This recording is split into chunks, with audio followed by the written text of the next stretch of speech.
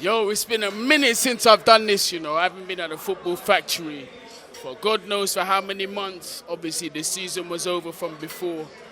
This is my home. People, don't get it twisted. Football Factory is the home of Man Knows Football, and I will never leave this place. Yeah, so shout out the Football Factory, shout out Jack, shout out everybody that works in this establishment. This is our house, this is our home, trust me. But yeah, make sure you like, share, subscribe, all of that good stuff. You get me? I'm here after a Chelsea victory against Arsenal, 2-0 away at the Emirates Stadium. I was confident. I did say 3-0. Arsenal were very lucky to not get 3-0'd if it wasn't for that Leno world-class save from Lukaku's header. But obviously a whole lot of dramas happened before that. 2 goals were scored before that. How did you feel, before we get into the game, how did you feel going into the game? This is Chaz, by the way. You might see him as a regular on Man Knows Football, the channel, so get used to seeing this face. So, brother, talk to me. How did you feel before the game?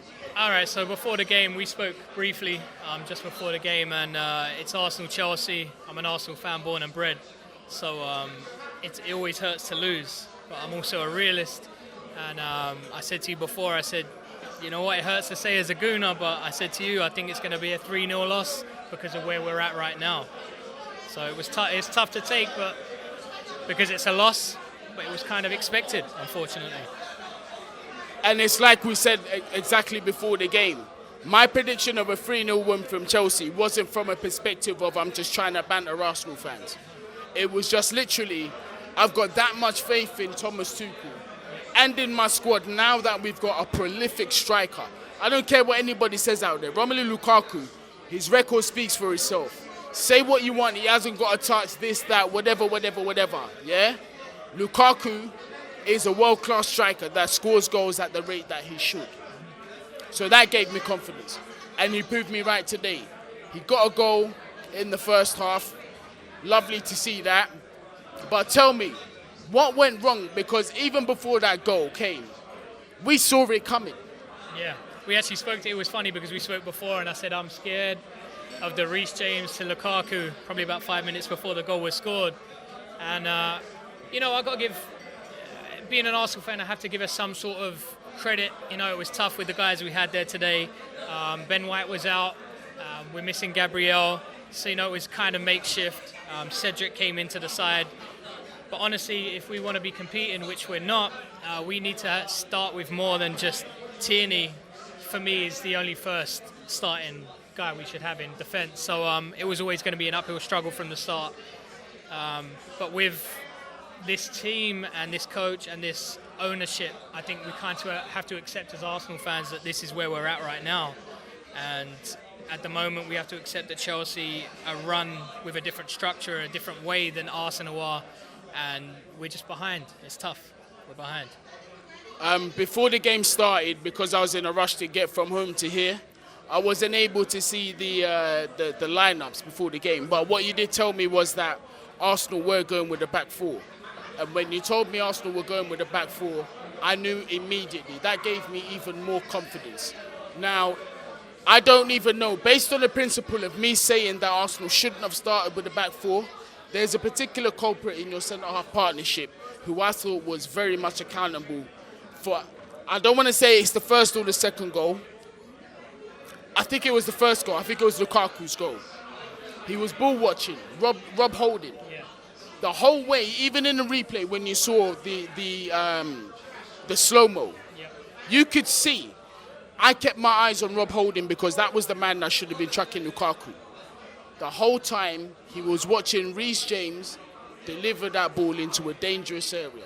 Something at youth level that keep an eye on your man, you don't lose him. Especially a threat like Lukaku, who backs 20 plus goals this season. Rob Holding, are you going to say that he's to blame for that goal because of the ball watching?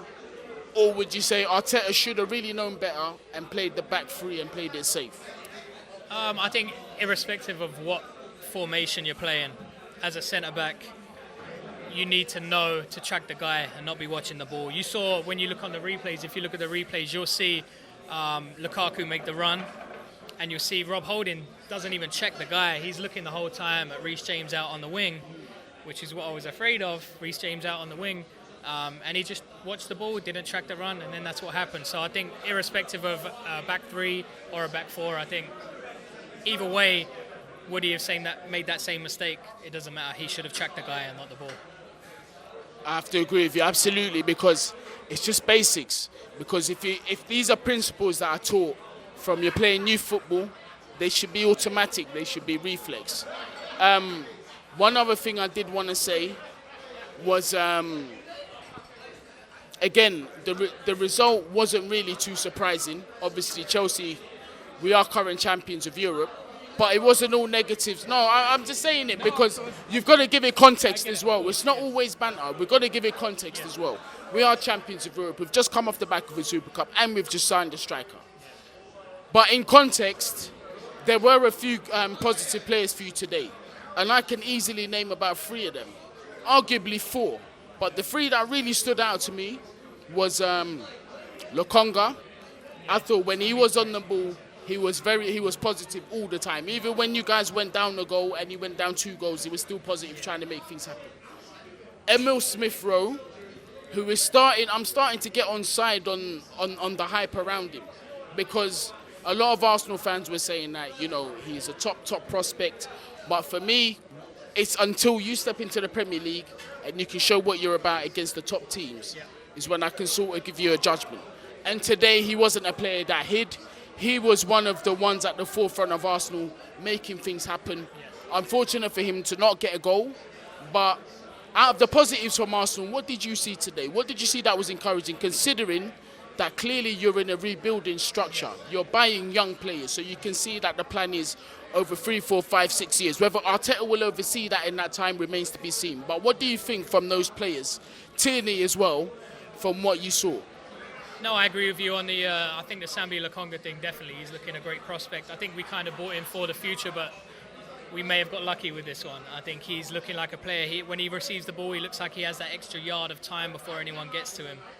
I think he may end up being one of the regulars in the middle for us. 100% agree with Smith-Rowe. My Arsenal fans know Smith-Rowe's the man. And obviously Saka as well. The whole of England knows about Saka now. But the thing is with Arsenal, and being a fan my whole life, we are lucky to have these guys. We're lucky to have Smith-Rowe. We're lucky to have Saka, the guys that came through Hale End. But as Arsenal, we shouldn't be relying on these guys. Last season and this season, these are the guys that are dragging us forward, keeping us going. And I think we have to accept that, yes, it's fantastic to have them. Obviously, we love having these guys here, but they cannot be the main guys of the cast. These guys should be supporting the other big guys that we should be having too. But in saying that, we have to also accept that we're not at the same level of ownership as the Chelsea, the Manchester City, the Liverpools. We're not those guys. Our guys don't. I'm obviously not a fan of our owners. We don't do what we should be doing, but in the same sense, we should also make Arteta accountable. We spent 125 million, and have we really improved? So it's not like the owners are not putting their hand in their pocket. No, this season, especially this season, we've proven 125 million we spent, but this is where Arteta becomes accountable. We spent 125 million, and have we improved? I don't think so. I still think we're on that level playing field. Chelsea, take Chelsea for example, and the Chelsea fans are going to like this one. Chelsea, I have to respect them to an extent. I'm an Arsenal fan, but I have to respect them. The ruthlessness of Roman Abramovich. Yes, he has the money, but he's also ruthless. We were talking earlier about Kepa, 72 million you spent on Kepa. I guess they kind of saw that it wasn't working for him, so they went, you know what? We need another goalkeeper. Push this guy. Edward didn't cost as much, nowhere near as much, but still, you spent 72 million, and we're like, no, this still isn't working. We're going to spend again. Timo Werner, for example, last year didn't have a great season, didn't look that great. You spend a lot of money on Timo Werner, saw it wasn't working. Lukaku comes in. First game, first goal. So, we have some slight positives to look at, but we also have to be realistic and see that we're not who we're trying to aspire to be. No, I mean, I have to, do you know what? I do have to fully agree with you, and I'll say this, is that Arsenal fans, if you're watching, I say this, I'm taking off my fans' rivalry, my Chelsea rivalry, and I'm speaking from a fan's perspective. You have to look at it for what it is and accept that, listen, I'm not saying Arteta is the man for you. I think Arteta should go because there's basic schoolboy errors that your team is making that should be corrected by the coaching staff. But I will say this. The next manager that does come in, if Arteta does get fired, you've got to accept that what you have is a transition period. And you do have a positive base. You've got a leader in Kieran Tierney who looks like he wants to stay at the club and prove his point. That's always a good thing. You've also got promising talent in centre-back position. You've got Gabriel. I don't agree with William Saliba being loaned out because I know of his talent. When he was at Saint Etienne, I could see that this kid was ready to maybe, if he wasn't going to start, at least be on the bench, be in and around the first team for Arsenal. You've got him. If you can convince him to stay, that's going to be good for you. Callum Chambers, in certain spells, he does well for you. Against certain opposition, he will struggle. But you need to improve. But you've got Ainsley, Maitland-Niles. So you do have a core, and that's just the defence. I've not even spoken about further up the field. And while I'm talking, the transfer window is not closed yet. Yeah. So between now and then, anything can happen. If Arsenal decide to pull their socks up and sign Houssam Aouar from Lyon, maybe sign a proper right back and another striker, you look like a different team altogether. You see what I'm saying? Maybe the two, off the back of the two losses, it could be a positive from this. Because honestly, although we did win 2-0, I didn't expect Arsenal to come as forward as they did today. Because let's face it, we did win 2-0, yes, but Arsenal did create opportunities. So I did see some positives there. So before I end this interview, I got to ask you, is Arteta the man for you going forward or no? And if he isn't, who is the man for you? That's a tough one. I was trying to be Arteta in for as long as I could. But certain decisions, it's just my opinion. It doesn't mean much in the grand scheme of things, but certain decisions he's made has made me turn. I don't think he was ready for the job. I think eventually one day he will be a good coach. I don't think he's ready for it. Certain decisions like the Saliba one, for example, why not keep Saliba and see what he can do? We dropped 50 million on Ben White. Maybe see. I'm not saying you shouldn't sign Ben White, but maybe see what Saliba can do. Another thing that still burns me to this day is the Martinez last year, especially with signing Ramsdale. And I'm not against Ramsdale signing, but it just kind of shows that maybe was that the right decision? Was selling Martinez, keeping Leno the right decision? Because why are we signing Ramsdale for this amount of money? So hold on, sorry, I don't mean to cut you off, but this is where I question a lot of the fan base that say Arteta out. Although I do agree, yes, he's got to go. Yeah. Why, if the funds are being released to Arteta to spend the money, why are the Cronkies being blamed if Martinez was allowed to go and the decision to replace him with Ramsdale, it must have laid with the manager because surely he has the final say on the squad. Yeah, I mean, I agree with that. Like I say, I think the whole Arsenal thing is blame lies at Arteta's door, but it also lies at the owner's door. We just started to outlay money. The past couple of seasons we spent money, but now is the time where, okay, we're spending money, like you say, 125 million, we spent this much. Are we spending that much on the right players where maybe we didn't need to? Like we had Martinez, maybe we didn't need to let him go. That would have saved the 24 million we're spending on Ramsdale. Same thing for Saliba. If we gave him a run out, maybe we didn't need to outlay that same money. So this is where a lot of the blame lies on Arteta, because other decisions could have been made. We could have strengthened other places. Right back is a shambles right now. We have Cedric had to come in. We have Chambers and we have Bellerin, who allegedly doesn't want to play for us anymore. So we got 3 right backs, but are any of those 3 good enough? So that could have been strengthened. I think up top we got Lacazette and Aubameyang, both over 30, and we have Balogun coming in. I like Balogun. I think he's a great prospect, but he's a prospect. Again, are we relying on the youth again? Are we going to hopefully hope that he kicks on, then we don't have to replace one of the others with another forward? So ultimately, the blame for me is on Arteta and some of the decisions that he's making. I think, yes, I would like to see him go, but on the other hand, we were talking about this, who do you replace him with? It's tough. And I think we're in a stage, Arsenal are in a very difficult situation right now with, do we stick or we twist? And when we twist, who do we go with? I can't disagree with anything that Chaz has said, to be honest with you. And again, because Man Knows Football is a channel, it's not just the Chelsea channel. Yes, I'm a Chelsea fan and I'm Chelsea to the fucking core. But I have to remain neutral in certain situations, especially when a fan is talking sense and is talking honesty. Because I've been a match-paying fan. And I wouldn't like to be treated in the way that Arsenal Football Club are treating their fans. So in the interest of that, this is why I say, from his perspective, there's nothing really that I disagree with. Arsenal, the fans, top 4 right now is something that I think is kind of out of reach. The title talk, completely out of it for now. There's a major rebuild that needs to happen. Kroenke, he's putting his hand in his pocket, but again, I don't really want to say, Kroenke is not to blame for this because, again, I'm not an Arsenal fan. It's not my place to say. Do you know what I'm saying? Your fan base, you lot have the voice. Do what you need to do for your club. But, yeah, I have to agree. Your next game going forward, I don't mean to pile on even more. I mean, after today's result, it was a home game as well. What do you think is going to happen against Man City? How do you see that faring out for you? Maybe we'll have one or two guys back, but, it's Manchester City. Yeah, we could spring a surprise, but, I'm an Arsenal fan, but I'm also a realist, and I think it's going to be another loss.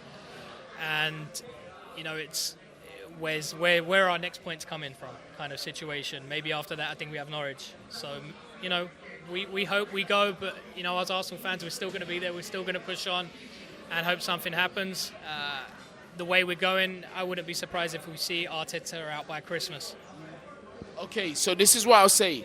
As controversial as it may be, and a lot of people might be saying, oh, it's wishful thinking, you're a Chelsea fan, you lot just want to win the league and you want to see City drop points. I'll say this. Arteta goes to the back 5. Ainsley Maitland-Niles plays your right wing back. Kieran Tierney plays your left wing back.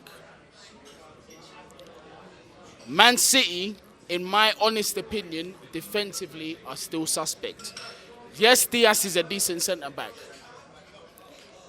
John Stones is where I question Man City. I do not think he is at the quality where everybody thinks that he is. I think in terms of delivering balls, breaking the lines, and, playing the ball forward and creating opportunities for your team, yes. But one-on-one, the way I saw Pepe play today, there was a couple of positives that I saw from him. There was at one point where he gave Azpilicueta a difficult time. You can see he was dragging, he was just moving him around like it was nothing, got past him. You know what I'm saying? Oh, I think that's a goal from Juventus over there. And a goal from PSG I don't know what's going on here. Yeah, Juve and PSG scored at the same time, but yeah. But anyway, my point is, Aubameyang's going to be back. Lacazette might be fit. So you never know. You might get a result against Man City, and then by that point, your fortune, the confidence might just turn around. So you never know. But Chaz, thank you very much. Make sure you like, share, subscribe, Man Knows Football, all of that good stuff.